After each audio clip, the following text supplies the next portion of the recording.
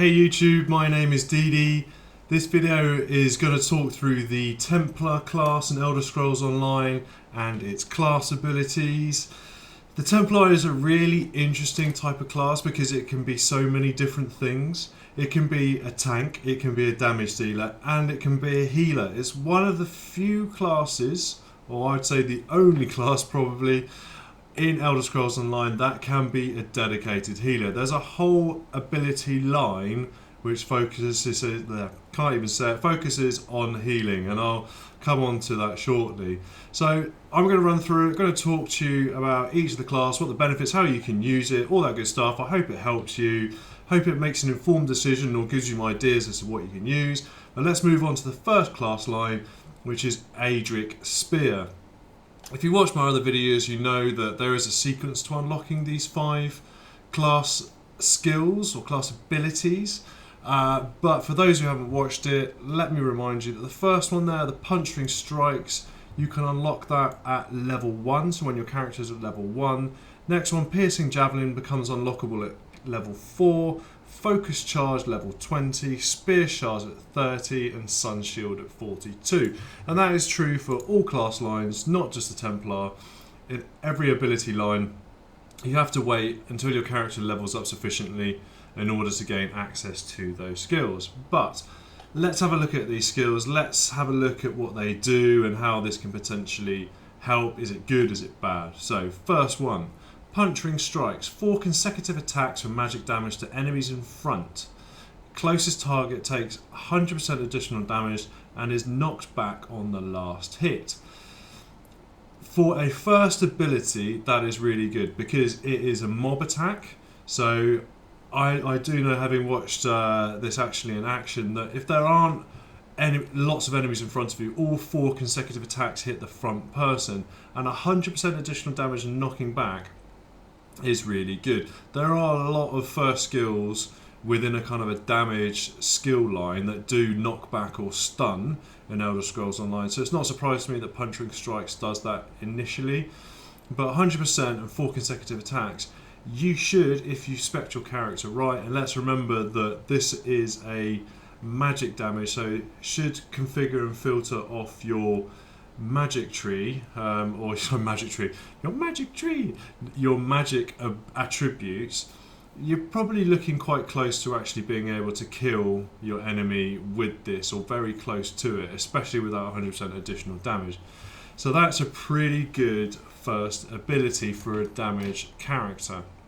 I've also talked before that you can morph these skills in my other videos, so if you want to spend additional attribute points, you can actually make these more powerful, and you can spend an additional point and morph it into something called Biting Jabs. If you do that, it also grants major sorcery when you cast Puncturing Strikes, which increases your weapon critical rating by a factor for 8 seconds. So if you're in a big group scenario, you're the damage dealer, that's perfect. You hit 4 people, knock back the last person, and also your further attacks that you're going to do are going to be even more powerful. So as a damage dealer, that is a no-brainer for me. You definitely want to put some stuff into Biting Jabs if you want to be a Templar damage dealer. Alternatively, you can morph it into Puncturing Sweep. So if you do that, it actually heals you for 40% of the damage done. And if you're able to push or do a lot of damage, 40% overall is a lot. I mean, if you can consider you're going to knock out one character and get 40% of your health back, and keep casting that as a tank type of character, or even if you want to have one of this which is going to heal you, 40% of the damage done is a lot. In comparison to other skill and attribute lines across the classes, 40% of damage done is really good. Assassin's Blade, from which is the Nightblade character which heals you, only does 17% of the heals you for 17% of the damage you cause when you kill the enemy. 17 or 40, you can see how much better that is. Twice, slightly more than twice in terms of healing. So next one on the list is Piercing Javelin. Hurls a spear causing magic damage and knocking back target for 5 meters. So this is a great initiator. it's really interesting that you, as Aedric Spear, you have 2 knockbacks and 2 stuns. So you're able to definitely do some serious control, crowd control with Aedric Spear, which is inferring to more of a support class. Being able to pin people back. I guess if you want to go pure magicka, you could almost make, and I'm starting to think, a mage using Aedric Spear who can use puncturing strikes to cause damage and knock people back, then use hurling spear to knock people back even further. It's definitely a crowd control. I wouldn't use it as a tank. I wouldn't always use it as a damage per second, because you want to do outright damage, not just knock people back. But as a mage type of character, a Templar mage, maybe you can start to call in other more powerful spells and use punching strikes and piercing javelin, because they're only 1 and 4, are going to be relatively low mana cost, or magicka cost, I think, as they call it in Elder Scrolls. So pretty much perfect for crowd control ultimately. If we look at the morphs that you can do with it, you can create it up to Aurora Javelin, which increases the distance you can throw it, which is, well, sorry, let me just correct myself. It increases the damage based on the distance to target. Now, I assume that the closer they are, the more damage that happens. I'm not sure how that'll work, but you can potentially cause more damage, which is good. Blinding Javelin is the other one. It's going to knock them down instead of just knocking them back for 3 seconds. So in this way, the Blinding Javelin also knocks them back, but the stun that it has for 3 seconds is even more powerful. So depending on how you want to use it, if you're damage per second, Aurora Javelin, yes, because it's going to increase the amount of damage. But if you want to crowd control, Blinding Javelin obviously is better, because you've got that bonus and they won't be coming at you for another 3 seconds, which is pretty cool. Next on this, Focus Charge. So with Focus Charge, charge to a target, interrupt and cast, and stuns for 3 seconds. Another stun. That is insane. So it also deals magic damage.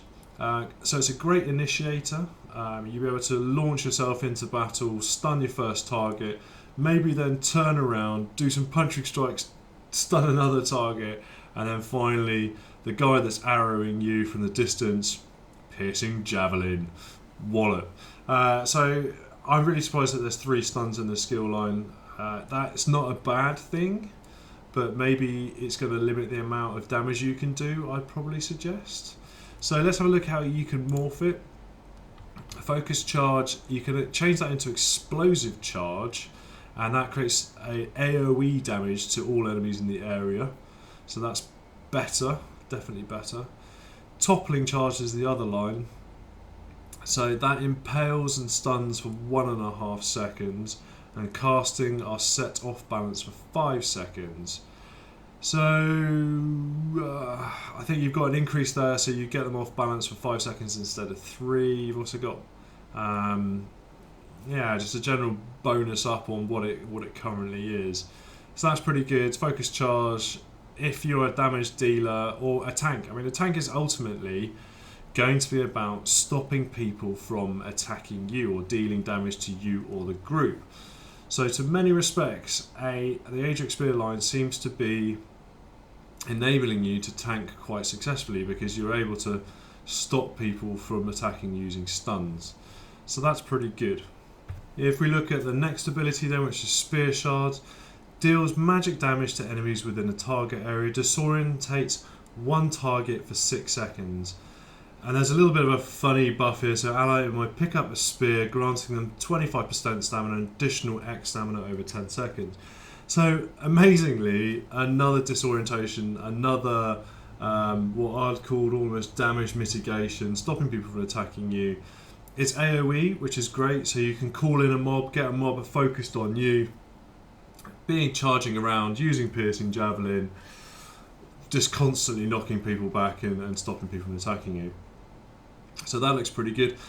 You can then morph that up if you wish to. So the first available morph for you there is Luminous Shards. The only real difference with that is around this ally picking up a Spear Shard. So if they do that, they only get stamina normally, but if you morph it into Luminous Shards, they also get magicka regen. So quite situational, depends on who your allies are. It'd be definitely be useful for some type of characters if they, you know, have a lot of spellcasters in their crew, but for others may not be so useful. The other one is Blazing Spear. For that you get additional magic damage per second, so it's not just one blast that's going to hit everybody, it's going to keep going for several seconds afterwards, and that obviously increases the amount of damage that it causes. That's really good. It depends if you want to be a DPS or a tank. I guess as a support tank the Magicka thing would get the bonus, but I think a lot of people would go for Blazing Spear just to get more damage dealing done. As a tank you still need to do damage, so if you're soloing, definitely Blazing Spear. If you're in a group where you need people to get more Magicka, Luminous Shards without a doubt. And then finally, the final class ability on the Aedric Spear line is something called Sun Shield. Creates a damage shield for 27% max health that lasts 6 seconds. Deals damage to nearby enemies upon activation. Each successful hit increases shield strength by 4%. The ultimate tank ability.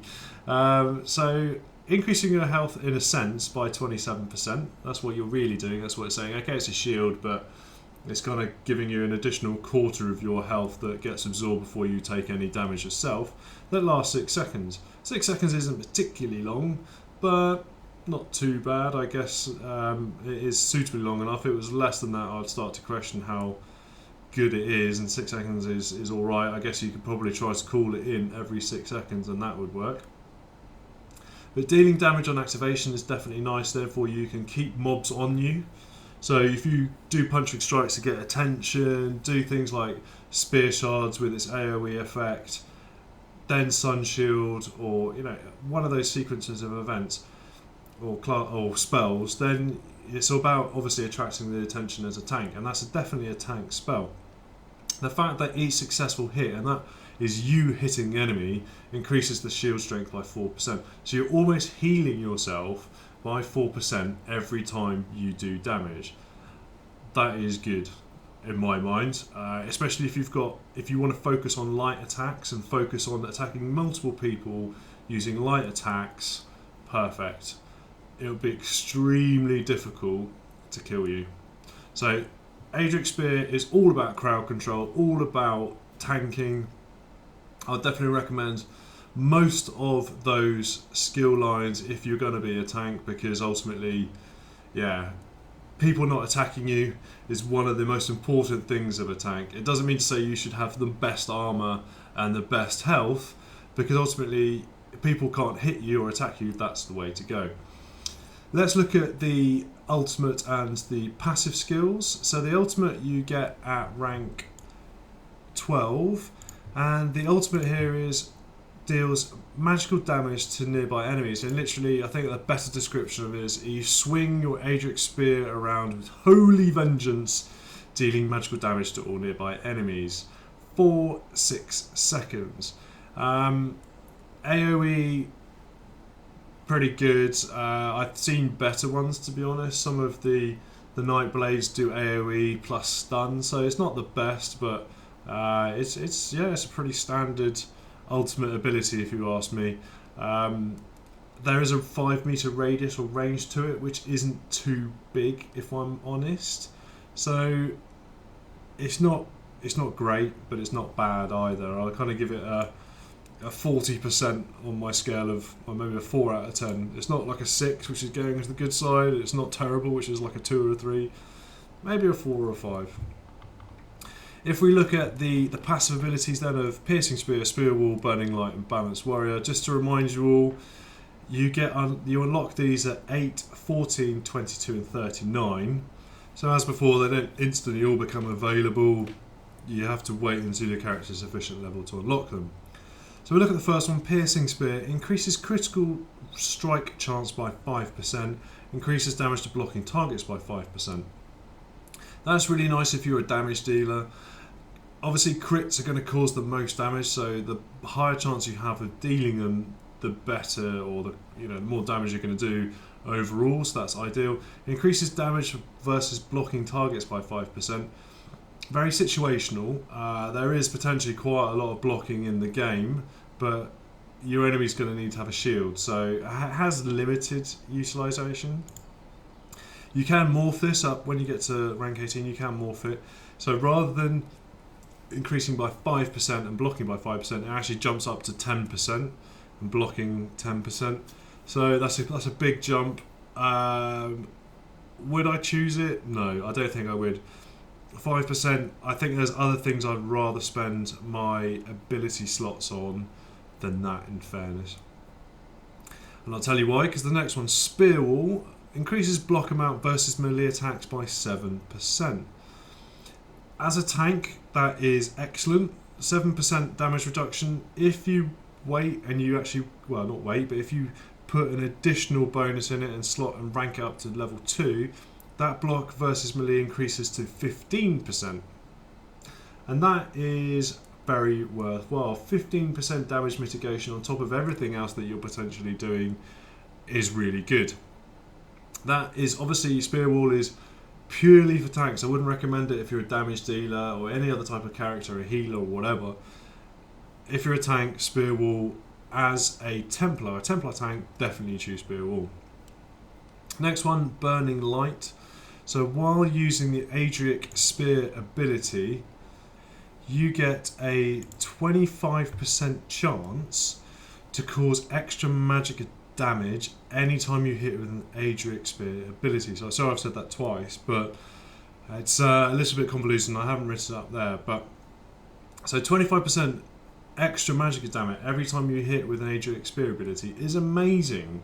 You've also got to consider the first one on the list, the what's it called, the Puncturing Strikes. You're actually going to do 4 attacks.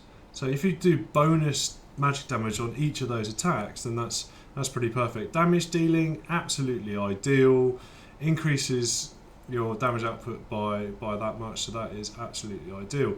If you rank it up again, which you can do at level 36, it causes 2 times the amount of extra magic damage. So as and when it's calling in, it's going to cause twice the amount of damage.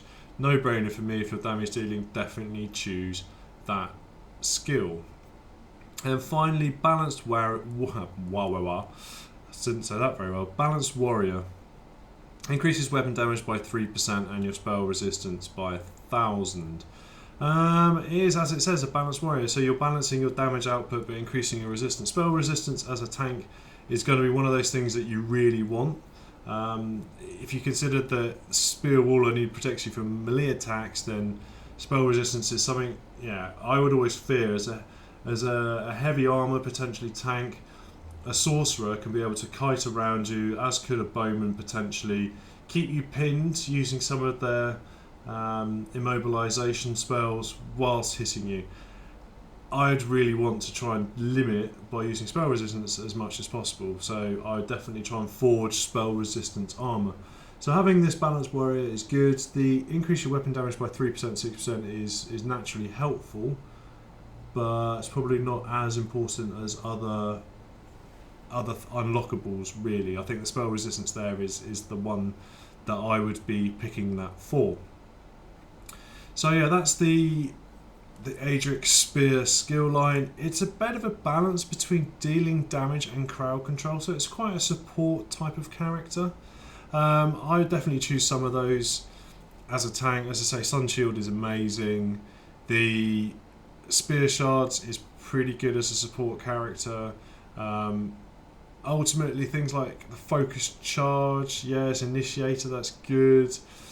Piercing Javelin is okay. I don't think it's amazing. Puncturing Strikes or Puncturing Sweep, healing you for 40%. I think no matter who I was or what I was doing, if I was a tank or damage dealer or a healer, I'd probably want to choose Puncturing Sweep, just because it's a massive heal that you can benefit from as and when you need to. Cool, so that's the Aedric Spear skill line. Let's move on to Dawn's Wrath. And if I run through the 5 abilities, you have Sunfire, Solar Flare, Backlash, Eclipse and Blinding Light. So the first one, again unlocking at level 1, deals flame damage and an additional flame damage over 4.5 seconds. Snares for 40%, for 4.5 seconds. So lots of 4.5 seconds and 40s in there, which certainly made me tongue twisted. But it's pretty much the same as most kind of level ones that I see throughout ESO. It's an initiator, it causes damage but also either slows or stuns the target. In this particular case, it doesn't stun, it slows them for 40% of their movement speed. That's fine, it depends what you're doing or how much you want to do it. As an initiator, I guess stunning is so much better because that means they're not going to attack you back, but reducing enemy speed, that means more that you want to be a flame caster or a bowman whilst you're using this sort of thing. It does have a whopping 28 meter range as well. So I think, to be fair, you're going to be looking like not a tank, not a melee DPS if you're going to use Sunfire. You really want to be some kind of Templar sorcerer type of character. I would say Pyromancer, but there's definitely a Pyromancer class under the Dragon Knight. So yeah, not really a Pyromancer, but something similar to that. You can morph that if you wish to Vampire's Bane. Upon activation, you gain Major Prophecy. That's very good. Which increases your spell rating by 10%. That's very nice indeed. Actually, my apologies. You get that from initially from Sunfire level 1. You get Major Prophecy, which increases your spell rating by 10%, or spell critical rating by 10%. The only difference morphing into Vampire's Bane increases the amount of flame damage over time over up to 7 seconds. So it just increases the damage over time that you get. 5 to 7 seconds isn't great.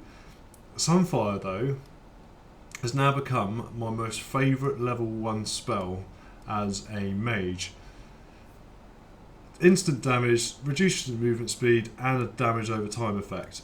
Plus, any further spells you're going to get have got a 10% increase in crit. And if you remember from the passive skills just before, you could have spent one of your skill points increasing your crits by 10%, not just firing a spell. So that's amazing. Alternatively, you can use it to cause onto reflective light, which does exactly the same thing apart from it as the Sunfire, but it burns up to 2 nearby enemies. So you double the output of the spell. Definitely the one I choose. And an amazing level 1 spell. I'm massively tempted to make a Templar class now. Okay, and the next one on the list, Solar Flare. So with that, you deal magical damage to target. Next attack gains weapon power and spell power against target and nearby enemies. So your damage of your next attack increases by 20%, which is really, really powerful and really good.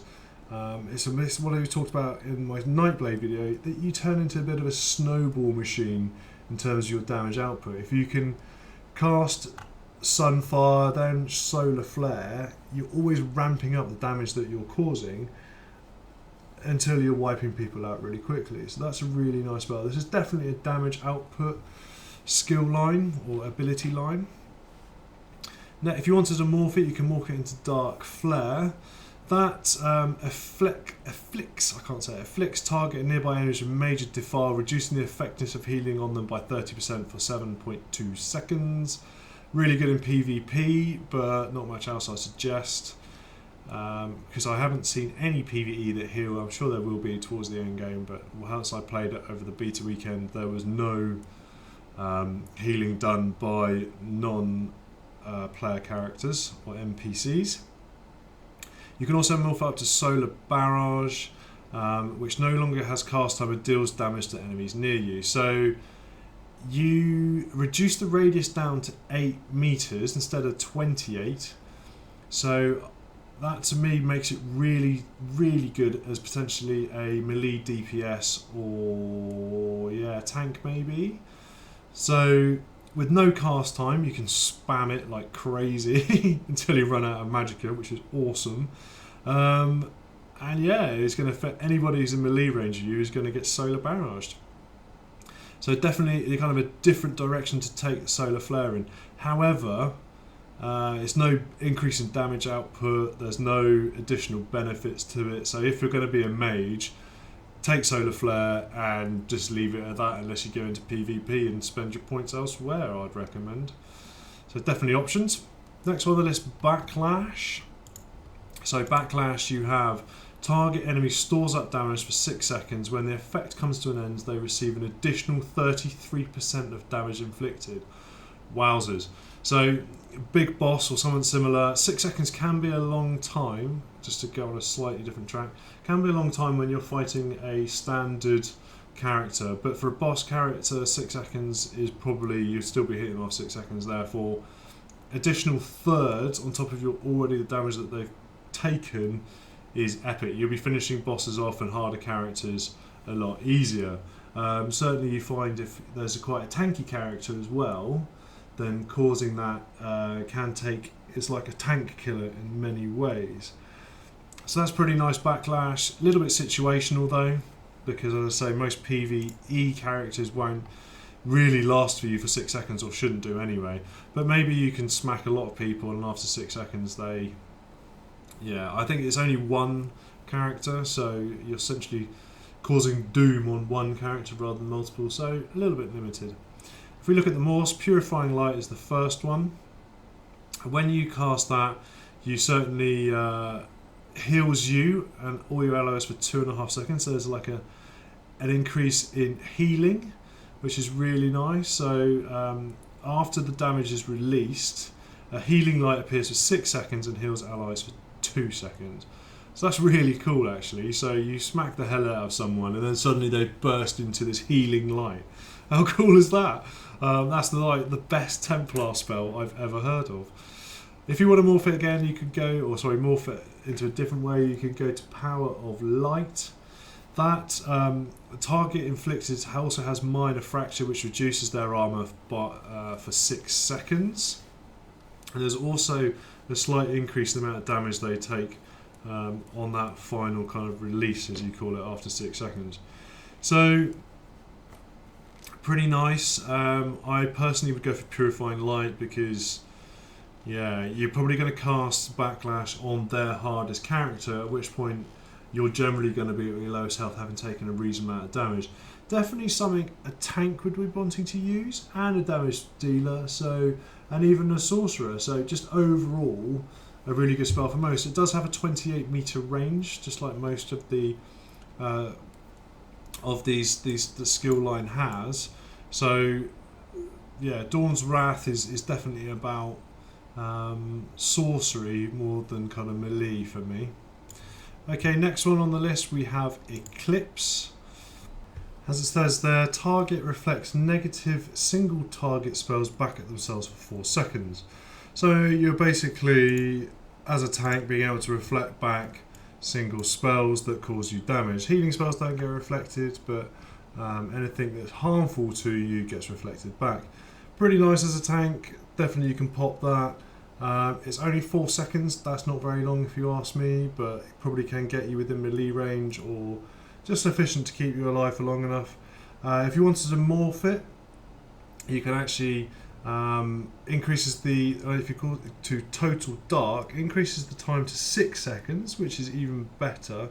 Plus each reflector spell heals you, so that's really nice. So Total Dark as a morph, for the first morph, is absolutely perfect when it comes to tanking. And then alternatively you can go Unstable Core.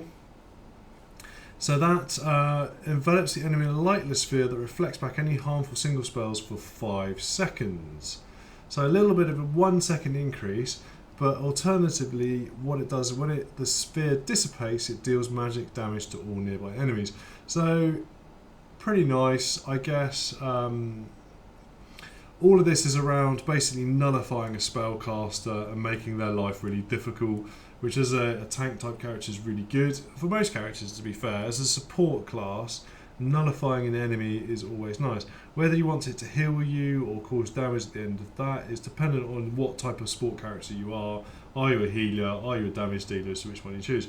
But Eclipse is definitely a support type of character that wants to remove effects of a mage. The final class ability we have is Radiant Destruction.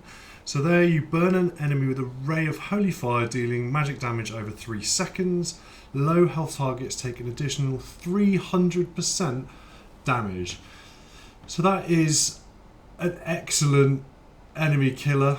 I would, the 300% additional damage is amazing. I think it becomes even better when you can morph it into Radiant Glory, which heals you for 20% of the damage inflicted. So to be able to cool that down and heal yourself in the same way as Assassin's Blade does is really awesome. You can morph it in another way, which is Radiant Oppression, and it deals up to 40% additional damage into current proportion of your current magicka. So if that's insane. So you call it in as an additional 40%, an additional 300%. So as long as you've got a load of magicka, or you buff your magicka just before you cast it, you totally take people out. So this is almost like an ultimate ability, really. The fact that Radiant of Destruction, gives you so much more damage output. It's not a tanky ability. It can be a mage. It can be a damage dealer. It only has a 5-meter radius, which is really important to notice. So it's probably more of a melee damage dealer than a mage damage dealer, but it's pretty damn good nonetheless. So let's move on to Dawn's Wrath ultimate and passive abilities. Dawn's Wrath ultimate, as you can see, is Nova.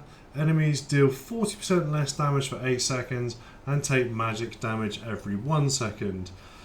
Really good tanking ultimate. 8 seconds is quite a long time if you ask me. It has a damage output to it as well, which is really nice. With much things, you can kind of pick and choose as to which class line you take what from. So there's certainly a lot from Aedric Spear, which stops people attacking you because you put stuns or knock them back. So to pick the ultimate from Dawn's Wrath would also make a lot of sense if you ask me as a tank, because that 40% less damage with all those knockbacks and stuns is going to be really, really helpful. Plus they take damage every second, so that's also going to help you finish off the enemies. If we look at the passives, the first one you've got is Enduring Raise. Increases ability duration by 10%. I think you've got to notice that that's a Dawn's Wrath ability. I haven't put that there, but that's really important to notice. So 10%, that can be pretty good because you've got a lot of damage over time. So like Sunfire causes damage over 5 seconds, so that could be 6 seconds. So reasonably useful. I wouldn't say it's amazing, but it is pretty good. If we look at the next one, Prism, so bestows additional ultimate upon activation. I think this one's pretty good. So you gain 1 additional ultimate every 6 seconds. So this is always powering you up to get an ultimate. And as we know, the ultimate is really powerful, depending on which skill line you choose, but it is very good. If you want to spec it up again, you get 3 rather than 1 ultimate every 6 seconds. That is good. I would probably choose that.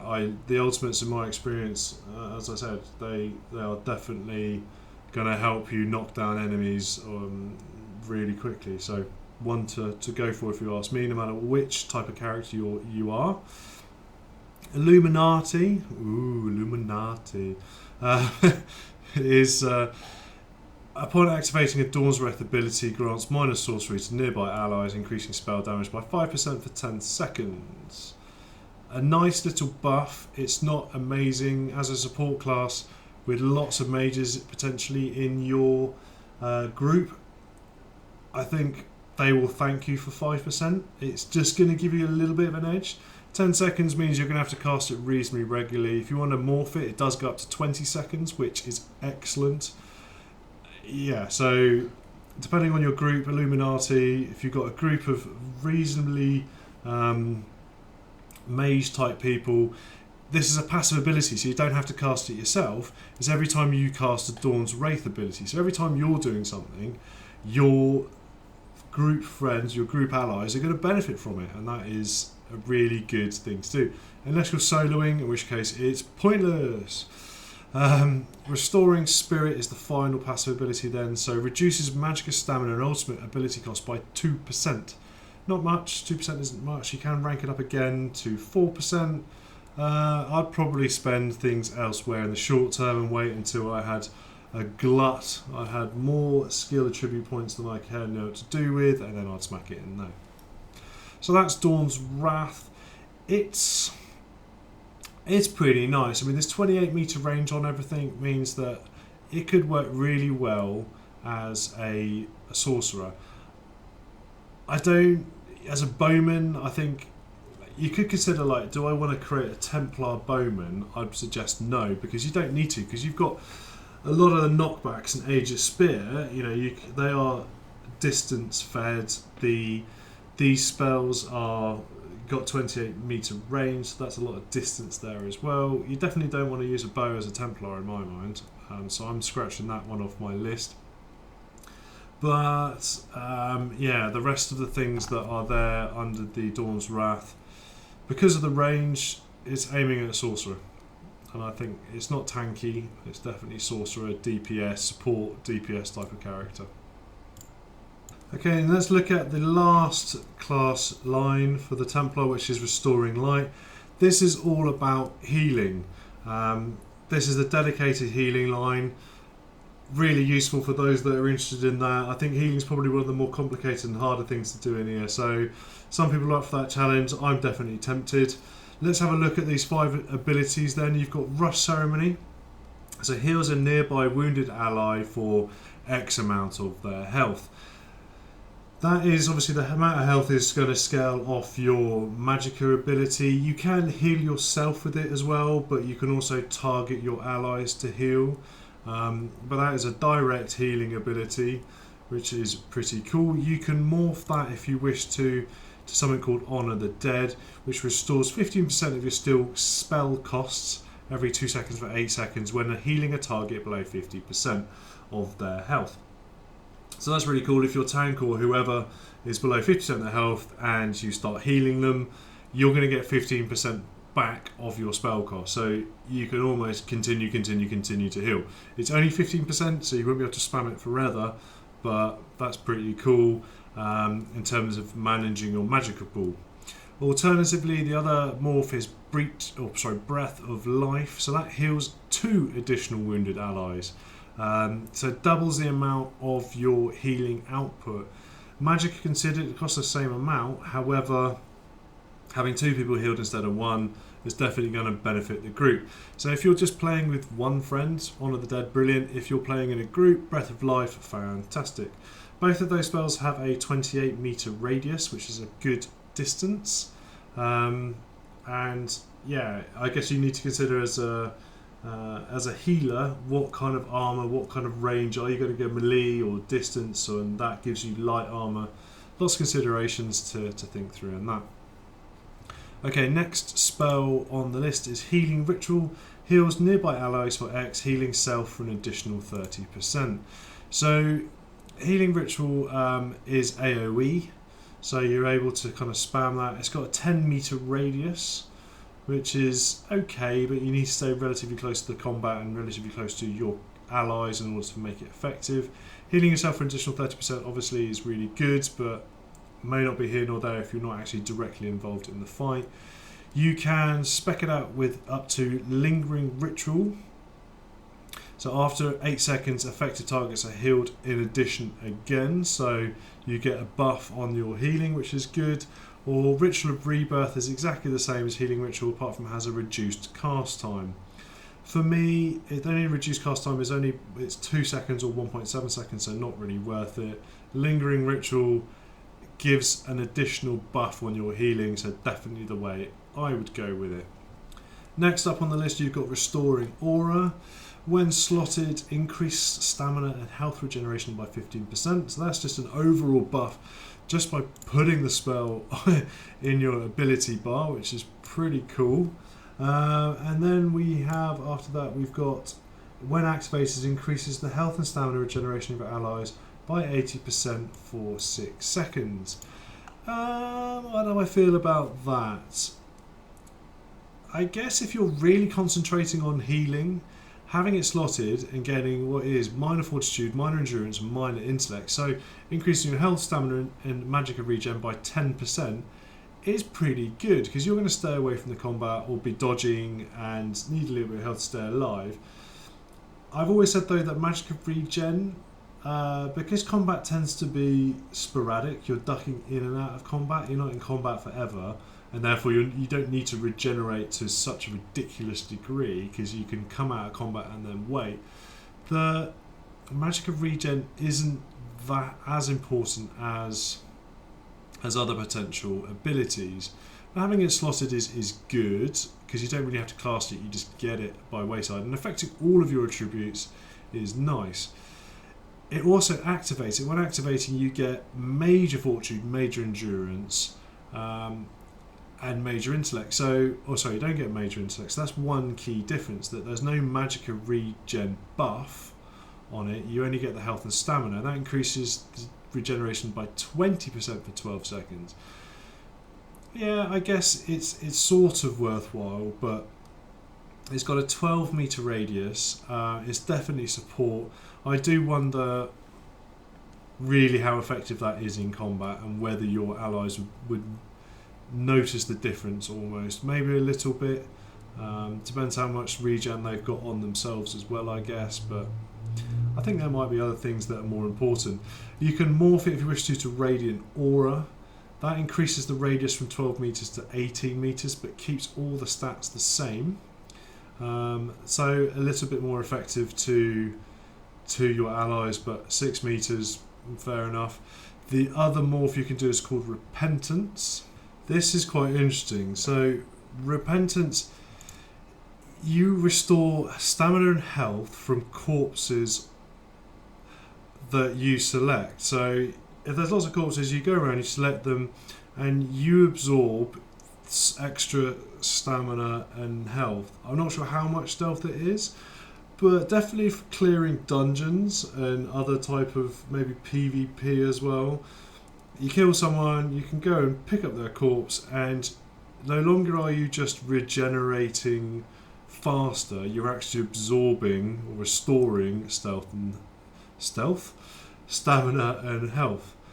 That's pretty cool. It's got a radius of 12 meters again, but I really like Repentance. It does keep the stat where you increase stamina and health regeneration by 15%. It does lose the benefit to your group, but if you want to be selfish and you are soloing, Repentance and absorbing corpses' stamina and health is way cool if you ask me. Necromancer style.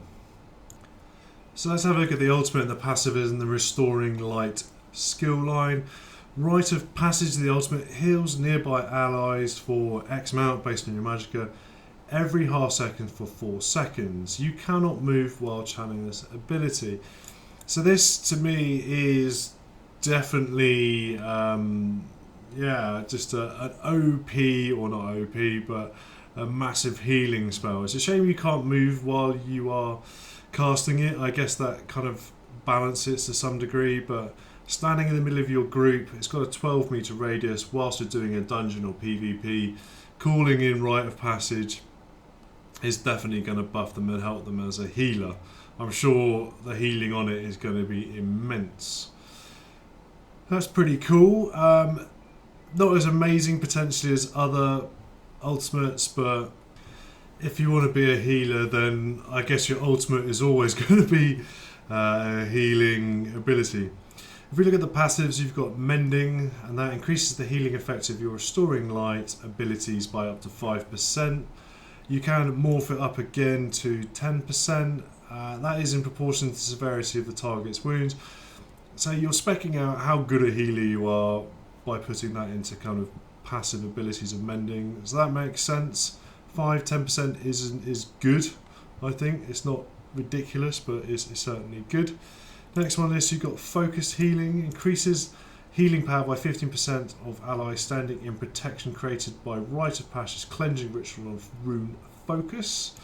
So overall, yeah, I think a lot of your spells, because Rush Ceremony can be quite difficult to target, I expect. Things like Healing Ritual, Restoring Aura, Rune Focus, they are going to be the main ways you're going to heal people. So 15% and 30% is actually amazing. So I'd almost wait, rather than putting act ability points and mending, I would wait until I get focus healing at level 14, because 15% is so much better as a group. However, if you're playing as 2 people, 5% and 10% because you're able to target your mate, yeah, that sort of makes sense. Light Weaver then is the third passive ability. That one increases the duration of restoring aura by 10%, reduces the cost of healing ritual by 10%, and gains armor and spell resistance whilst channeling Rite of Passage. So that's quite nice, I guess. Duration of 10% of restoring aura means you're going to get about an extra second. It's not huge, but it's something, I guess. Granting 6,500 armor and spell resistance while Rite of Passage is good. I guess you are, if you're going to cast that in PvP, I'm sure people will notice it and try and kill you extremely quickly, and if you're not wearing heavy armor, that might happen. So you might want to take that if you're going to use Rite of Passage in PvP. In PvE, I guess that's definitely going to help a lot, based upon a kind of a group dungeon type scenario, because you might have one person attacking you and they're not going to be able to kill you if you've got Light Weaver selected. Equally, they're not going to kill you if you put another skill point in it, because it doubles the amount of armor and spell resistance you have up to 12,500, which is enormous. So yeah, I would take that if I was dungeoning for sure. Increases the duration of restoring aura by 20% as well. Not bad. Master Ritualist is the final passive ability. Increases restoration speed by 10%. Pretty good for a dungeony kind of support character. Effective allies resurrect with 50% more health and 50% chance to gain a soul gem upon successful resurrect. So soul gems are so useful in all the Elder Scrolls games, for charging weapons, for resurrecting yourself. So to get a soul gem every 50% or 1 in 2 times you get a successful resurrect is really cool. If you want to put another skill point on it, they get your increased resurrection speed by 20% and they get 100% more health. The amount of chance to get a soul gem remains the same, however. So if you're a support class and the healer in a dungeon type scenario, Master Ritualist is amazing, and definitely without a doubt something you should be taking. And I would think, really, to be fair, it can be extremely useful no matter who you are, because generally sometimes the tank survives, generally sometimes the DPS, lots of people will survive, and if you've got Master Ritualist or one person with Master Ritualist in the group, they're going to be really useful to getting everybody back on their feet, and that's pretty good. So that is the Templar class abilities. What shall I say about that? Are they as exciting as some of the other ones? Maybe not. I get this is really support, and I can almost see better tanks and other lines, which I'm a little bit surprised about. I got quite excited about being a Nightblade tank because I could see how that worked. A Dragon Knight tank definitely made sense. The Templar tank is okay, it's quite good, but I think to play a Templar tank on your own would be quite difficult. If you want to blend out and make what one of the passive abilities was at the start on the Aedric Spear, which was a balanced warrior, that makes sense. And if you want to do a solo character which is able to heal, cause damage, be a bit tanky when needed, a Templar is perfect. It is like ultimately probably the most versatile class without a doubt. I did want to almost try to use a bow so I could do that and heal myself when needed and run away and all that sort of stuff, but I don't think you need it. There's so many Templar abilities that have 28 meter range. I don't think you need a bow personally. So you're either going to be a melee or a spellcaster. I am sort of excited about the Dawn's Wrath spellcaster ability, and maybe you can be quite functional in a group, and if you solo but get into group dungeons, to flip between melee DPS and a healer, you can do that. And you know, being able to change your character's attributes or role within that group is going to be really useful to help you and help the team make a successful dungeon run. Equally, if you want to be a tank but also have a reasonable amount of healing spells, then that equally makes sense. You know, you're able to be a self-contained damage absorbing machine. I certainly like some of the Dawn's Wrath abilities and knockbacks. In a way, you almost don't have to wear heavy armour to be a Templar tank. Because you're able to do so many knockbacks, it's almost more important to actually staying out of danger and staying away from taking damage than it is taking damage.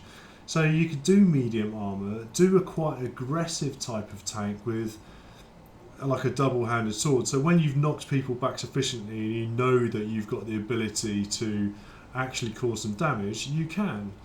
There is a little bit of issue though that if you're avoiding so much damage, then people are going to move away from you and start attacking the people that are causing their damage, so you need to get back involved, which is going to be the AoE abilities or causing some kind of quick damage. So maybe, and I've thought about it and I've not mentioned it, but maybe like a double-handed tank.